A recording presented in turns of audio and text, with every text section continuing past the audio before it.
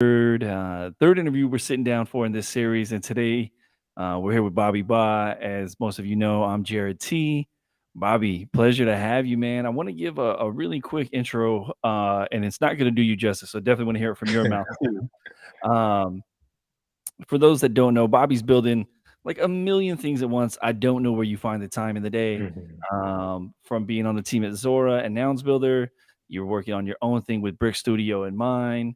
One of the most curious things, and I have to ask because it's in the Yeah, bio, is cocoa butter enthusiast. Where's that come from? that's man, that's just my reality, Rod. I mean, and That's what first, I it just is. want to say thank you for bringing me on. But that is honestly the best question. Nobody's actually asked me about that. I've had that on my Twitter since like 2009 or whatever, and like I got cocoa butter on me right now. So that's really, I just feel like as a community of developers, we need to treat ourselves and care for ourselves. And so I just keep that on there no matter what the job, what the status. So it's just been a Fair, consistent thing. fair enough, man. Come in smelling good. Yeah. Skin nice and smooth. I got you. I got you. You Well, already know. I have a lot of questions to ask you. Right. First of all, and I would encourage everybody if you haven't already looked into Bobby, it's at Bobby underscore Bob BAH. Go click on his mirror article that he has in his bio. Um, very well written. Was makes my job easier when I can find uh, information like that. But one of the first things I want to get into is how we get into Brick Studio. But before we get into that, that comes from you being from Newark originally, right? Yeah. Yeah. No, yeah, for sure. And I think while New York gets so much praise and attention for building such big, large buildings and businesses and stuff like that, I think one of the things that's really special about Newark is this like super industrial setting that is a little bit of a little brother to this big city. Well, to really two cities, Philly and New York City, but there's so much history and people like just building out of like very little. And I think like a lot of the artists and revolutionaries and thinkers that come out of there have this like, I don't know, this grittiness that I really like to embrace. And so uh Brick Studio was kind of born out of that like grittiness of, we're always gonna create. I don't think I really had some super grand vision for like what Brick Studio would be, but and this is something I'm trying to do with all the things I'm creating is like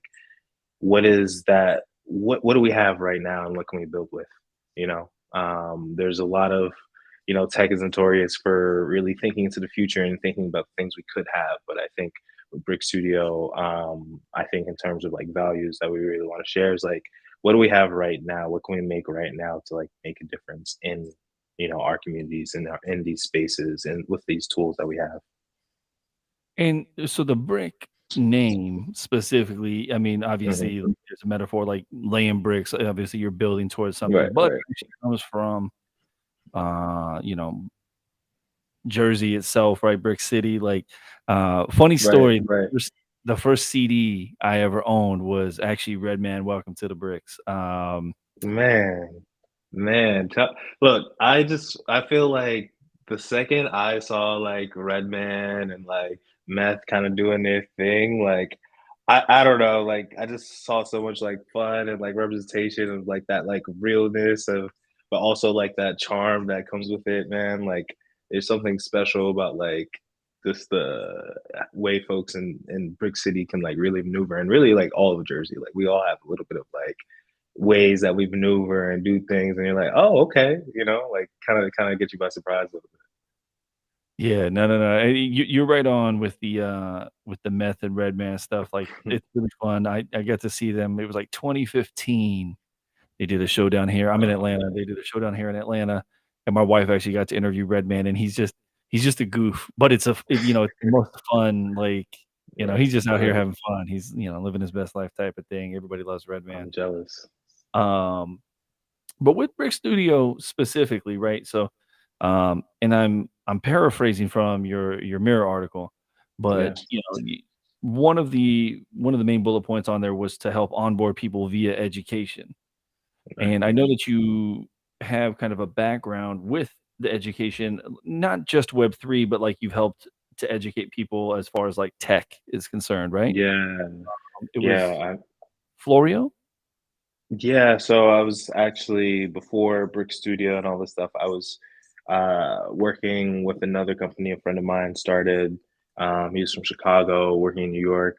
I was actually like I was just out of like boot camp and teaching, as a way to like keep furthering my skills as a software engineer, but also like, just like make an impact immediately, like with whatever skills that I just got. And so teaching was just like one of those good things that I really clung to early in my career. It helped me like network, it helped me like build a community of people to like help me learn how to navigate tech, not just like learn how to code, but like understand like, hey, these are the technologies you want to use. You're doing this. Like, why use JavaScript? Why care about these tools and all that kind of stuff. And so when I was actually at Floreo, we were a small company, and I was operating as a CTO. And that was more of like a education-based, services-based company that worked with a lot of different organizations and enterprises to kind of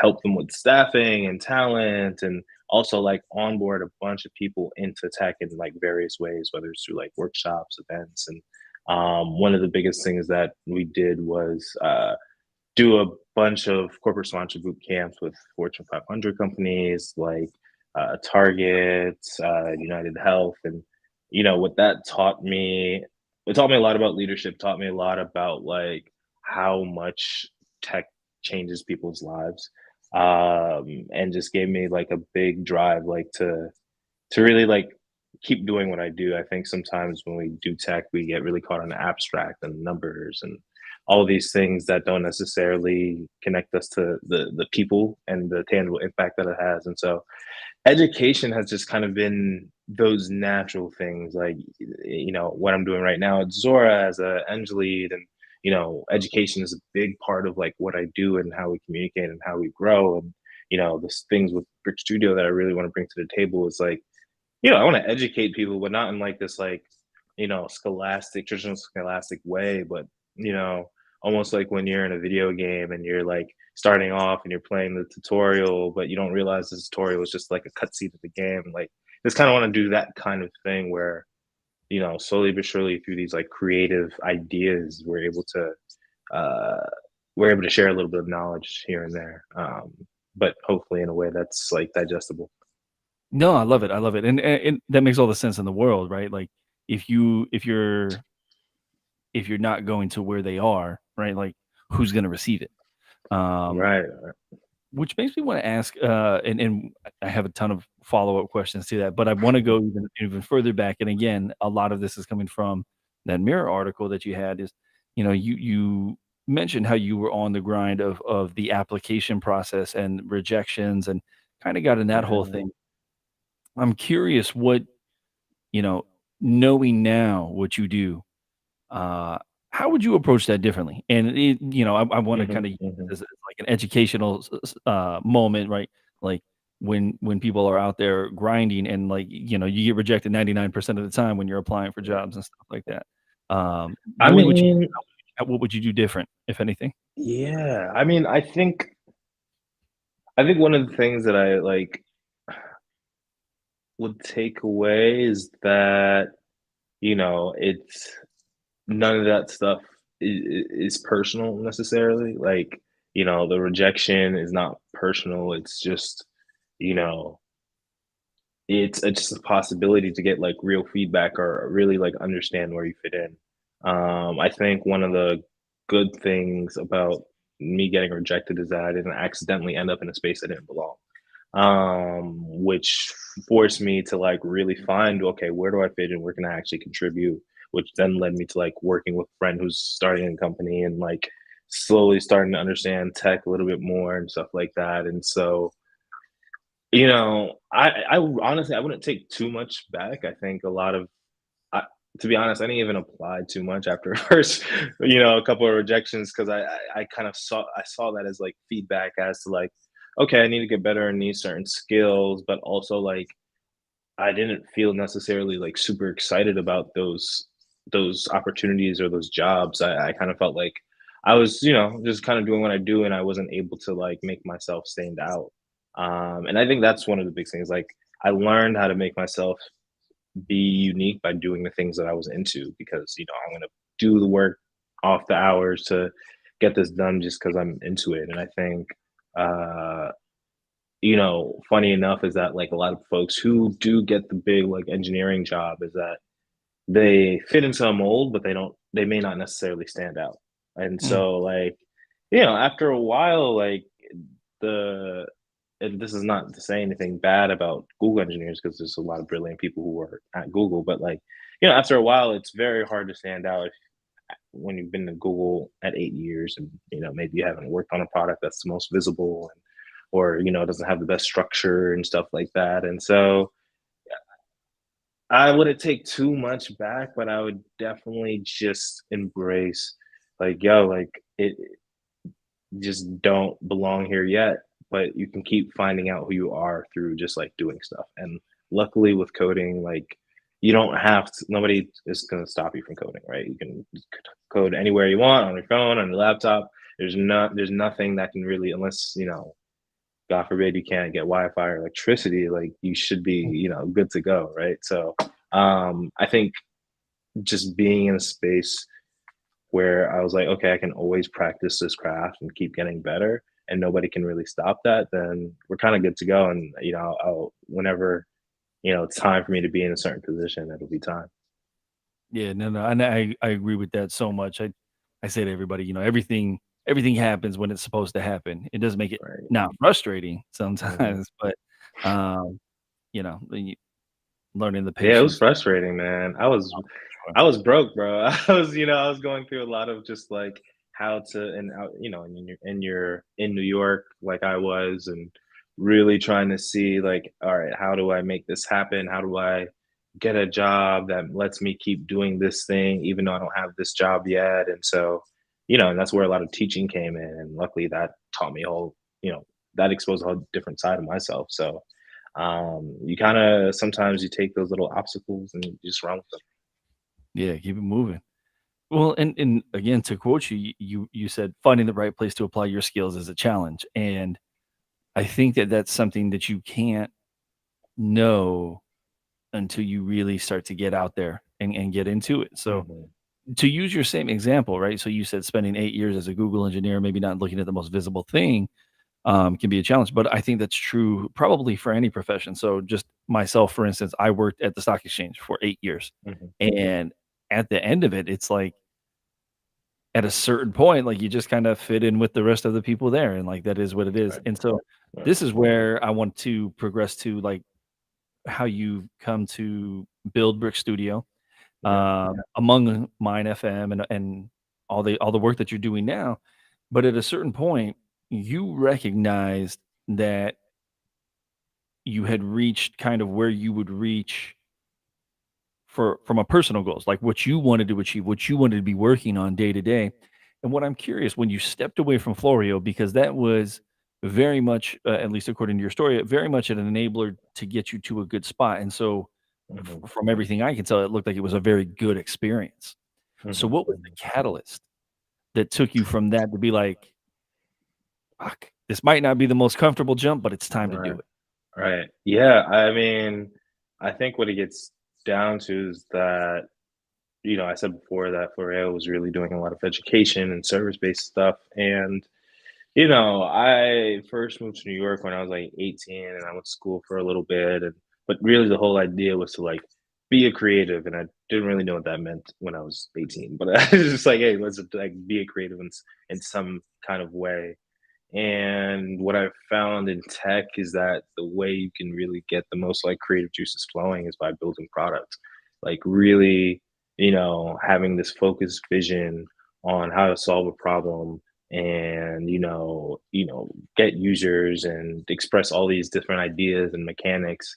And as as the success came with L'Oreal and we were working with these big companies and getting contracts and stuff like that, I realized that I was just moving farther and farther away from building product.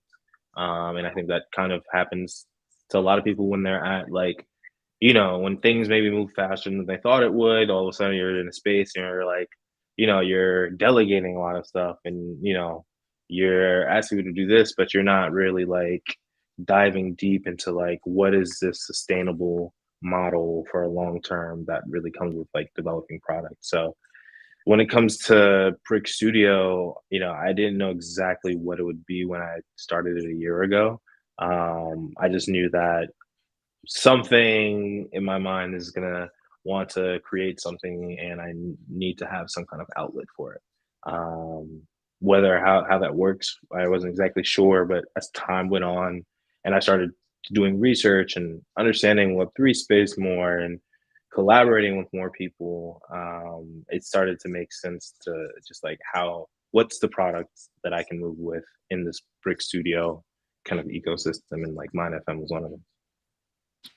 Perfect, dude, perfect. So yeah, it just in short, then it sounds like it was like a culmination of things. It wasn't like any one event or any one like epiphany, Right. anything like that. It was a number of things just like all together, right?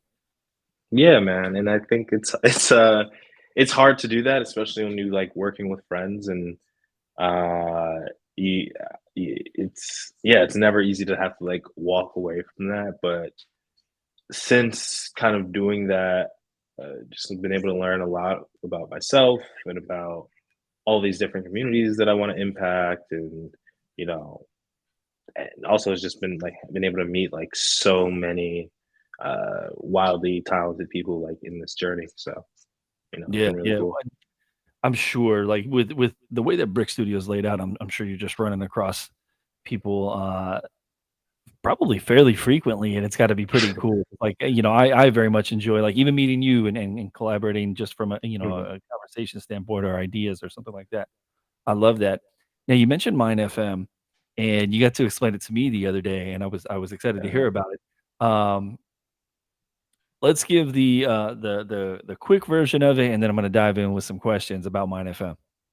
yeah, for sure. So Mine FM, the most simple version of it is a discovery platform that's built around discovering with the community. And I think music is a huge piece of identity for us as a people, as this, modern generation, very online generation. And with the blockchain and being really like as a resource for, it's kind of like universal identity. I think I wanted to make a platform that took advantage of all this decentralized technology that allowed us to really like navigate the internet in this new way while being able to like own the things that you discover on the internet. And I felt that was just like really, really powerful for what the future of the music industry is. So yeah, in short, like Mine FM is really about discovering music and discovering it with like a community. Perfect, perfect. So, from my understanding is not only will be able to discover music on there and play music on there, like there will actually be, you know, potentially like an NFT variable or at least a Web3 Right, variable right, about right.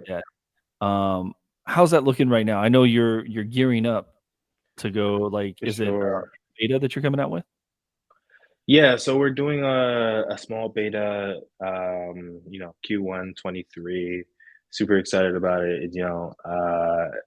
Really just getting it in the hands of people who, creatives who are producing really awesome music and are looking for a platform to have it on. And so, what Mine FM is going to be in these early phases is one like, okay, I have two secret plans for this. Like, one is touching base with as many creatives that we have in our community, really kind of scaling and helping people understand what it means to have your music on the blockchain. And to me, that doesn't even mean hey, like use Mine FM. Like what I want people to understand about Mine FM is that it's simply a tool for on ramping into that new internet, right? And so not only can you do stuff in Mine FM in its early stages and like mint music and share it with people and all that stuff, but you can also like go on Future Tape and play it. You can also see your music on OpenSea, and you can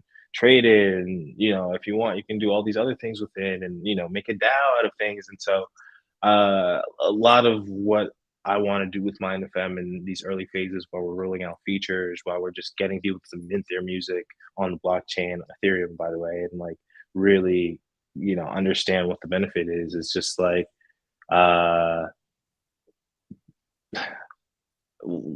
more than just like, hey, like all this digital stuff, like music also means something in the real world, right? Like IRL. And so we're also planning to do a lot of activations in the community and actually doing a bunch of like Mine FM events to like touch down people and like really get people to understand like how to navigate a wallet. Like, I think what's really important for this next generation of Web3 or blockchain, decentralized technology, or whatever we want to call it, is to like, figure out all the speed bumps that like prevent us from making consumer products. Like right now, there really isn't a consumer product in Web3, and I know you guys, Helen, working on that as well as mine. And like, thing is like these things are not gonna happen in isolation, right? Like they we kind of have to like set a foundation, technically speaking, because as I'm building all these things, and like you mentioned at the beginning of the show, is like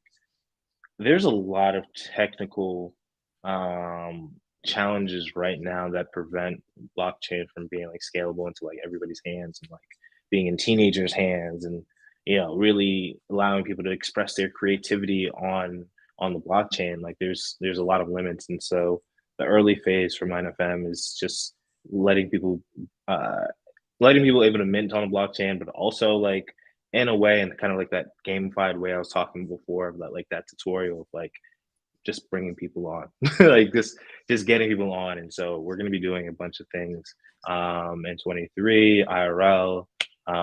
Hopefully, we're going to be starting in New York, but hopefully like expanding to different cities, and you'll kind of see us, if not on your phone, then in your neighborhood, in your local downtown or whatever.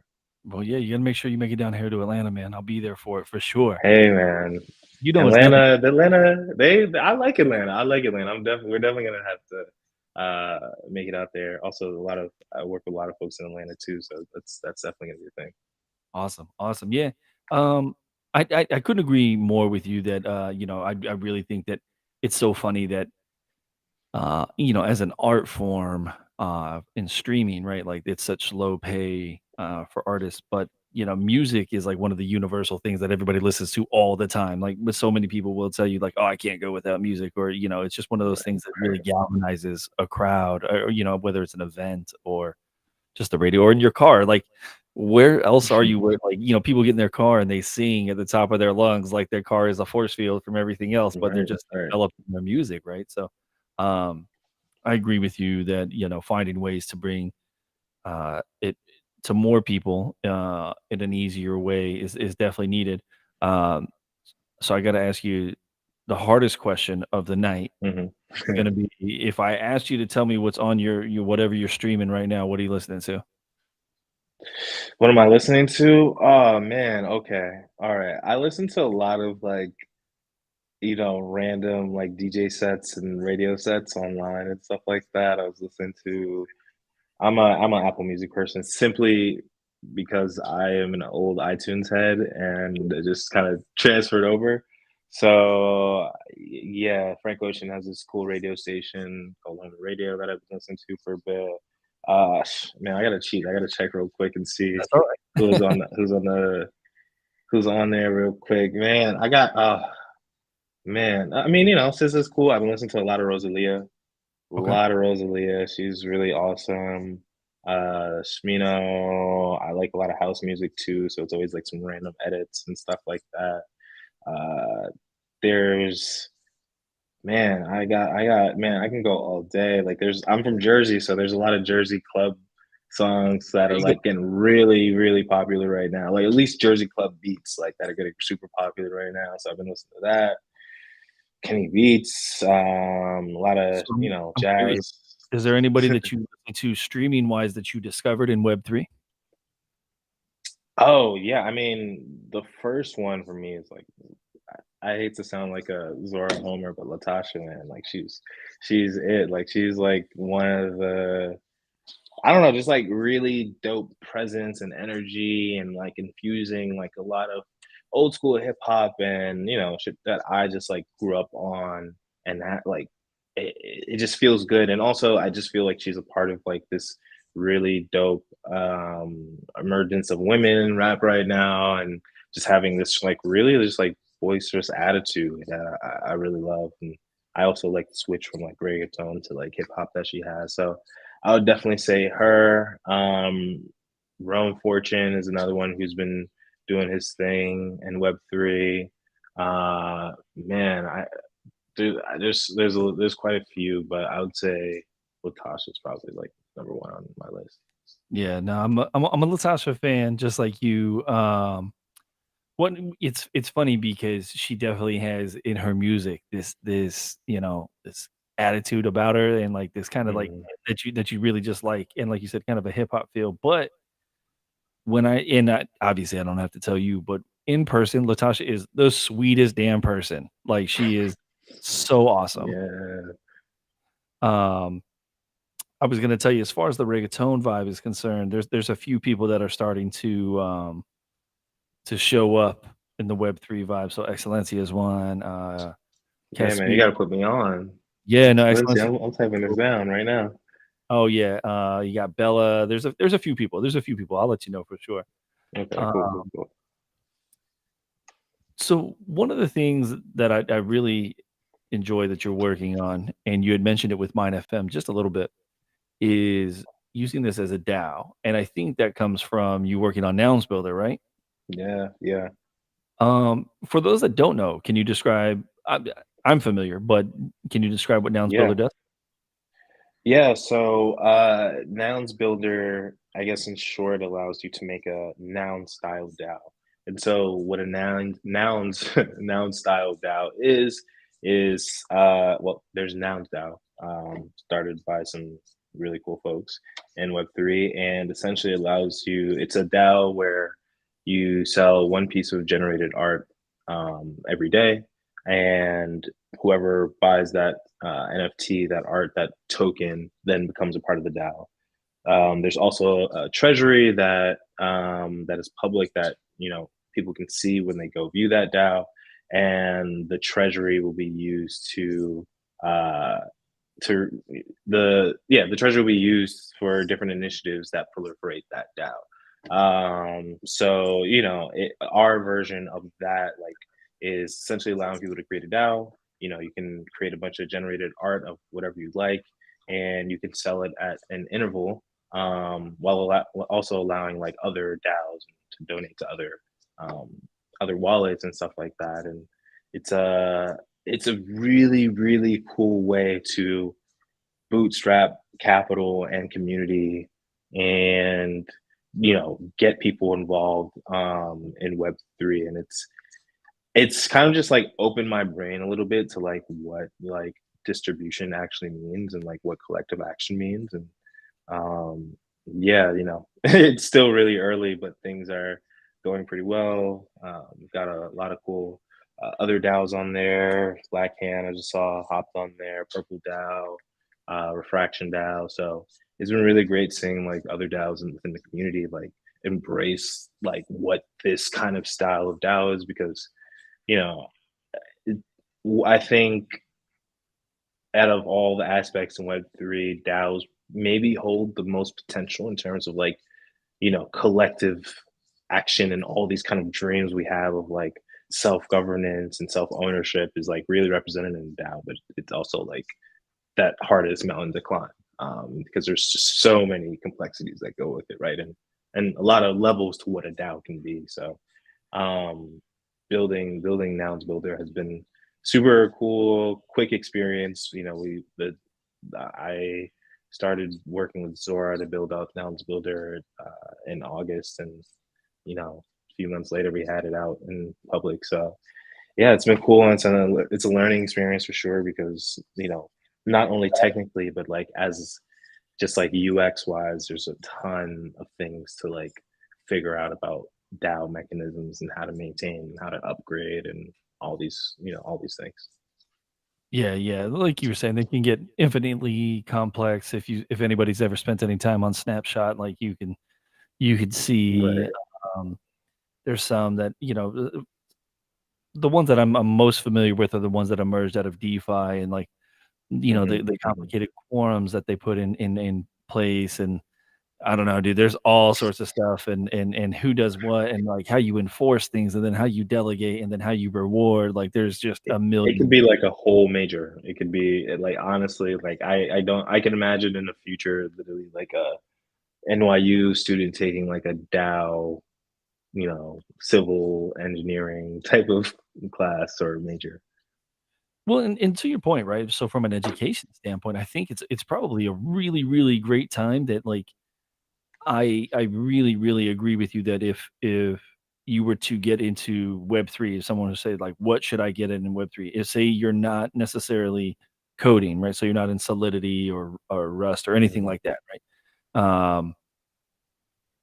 I would say become insanely proficient with DAOs, right? Like, Yeah, there's yeah. gonna be a really heavy use case for that in the future tense, and obviously there is now, but even more so as we continue to proceed. So, I Right. love the work that Nouns Builder's doing, and it makes it easy, right? Like, it's nice, it's aesthetically clean, like, Mhm, mhm. know. Yeah, no. Shout out to the team at Zora and, the folks in NounsDAO just, like, supporting it and, kind of just doing all the things necessary to support it in the public while also, like, educating community as, like, what the purpose of Nouns Builder is and how it's proliferating things. So yeah, it's been really cool to like work with everybody who's super talented and kind of just again like building this community through mutual support. That's like really essential right now.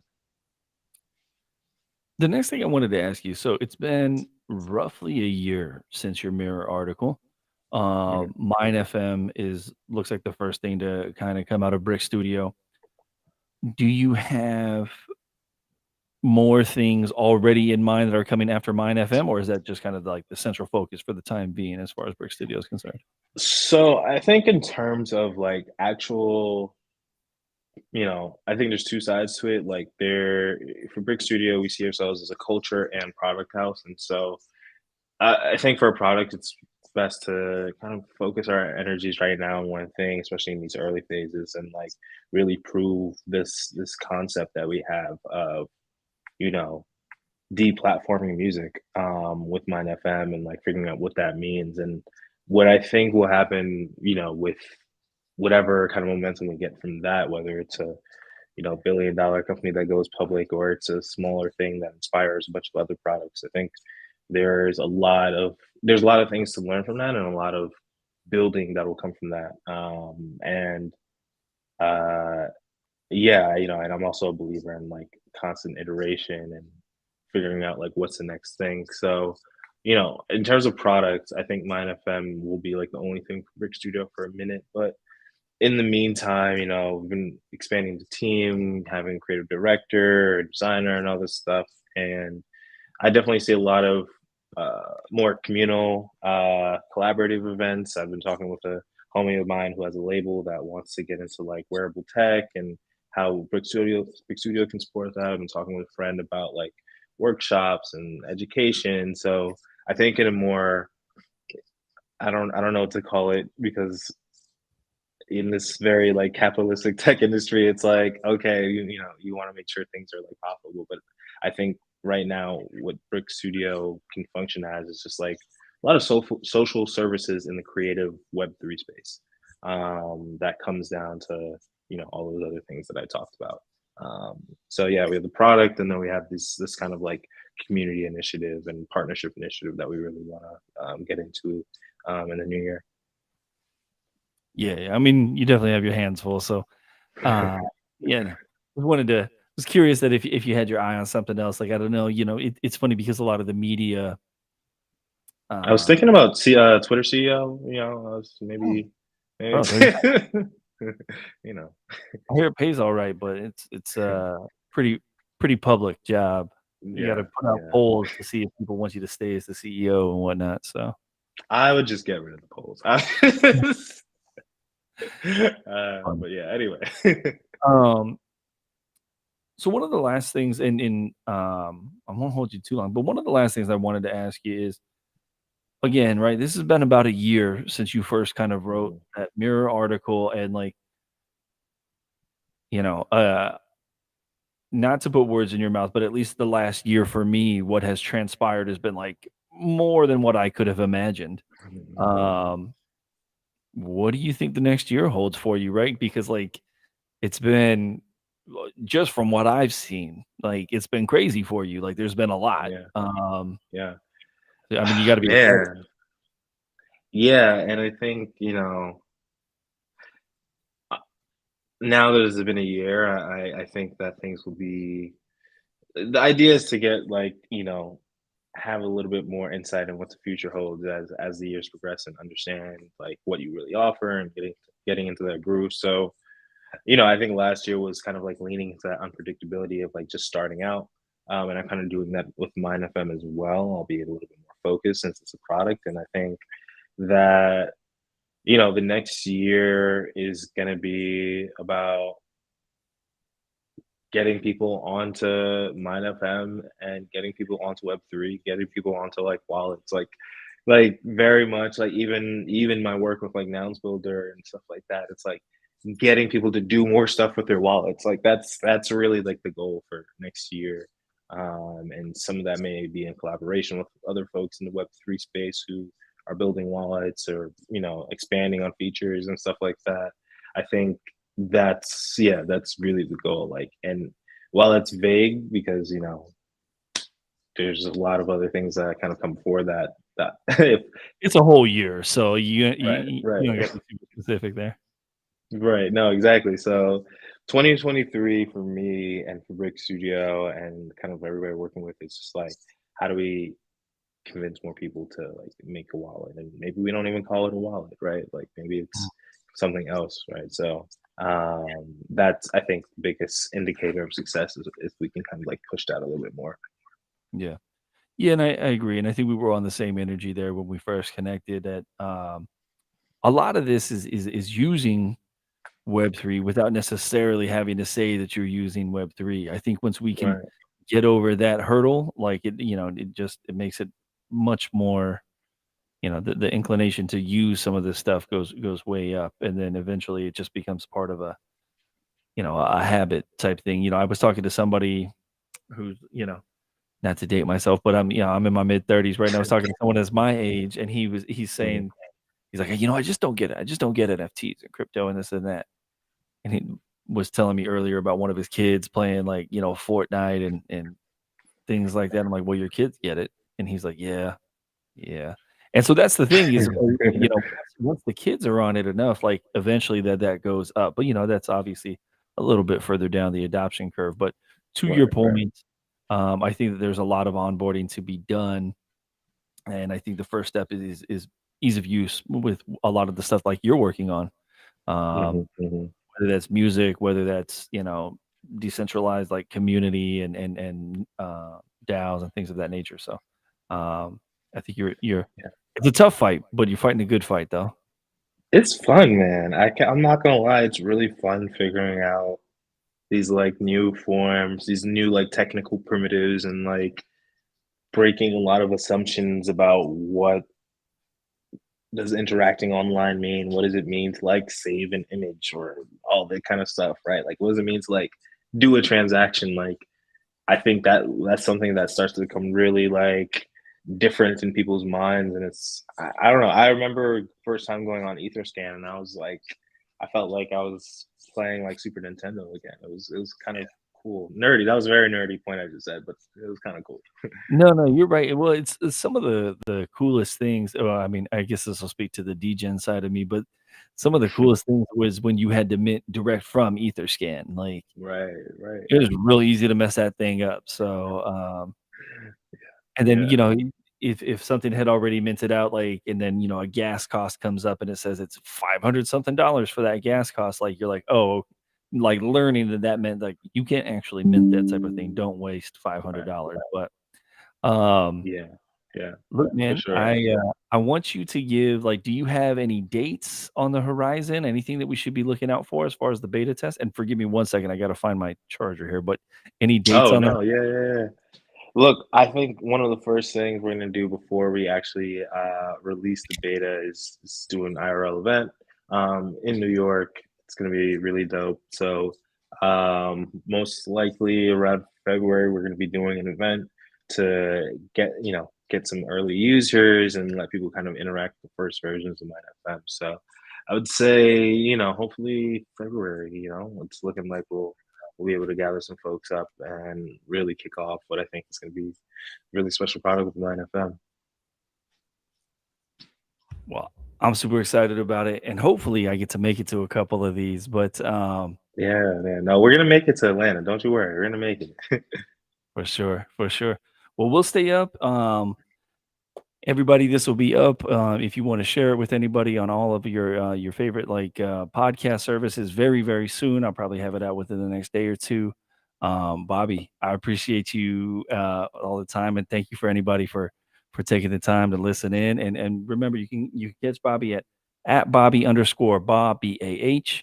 You can also check out Mine FM at mine.fm. And if you haven't already, you got to make we got to pay bills around here. Please download the Huddle app, HUDDLN. Appreciate you guys.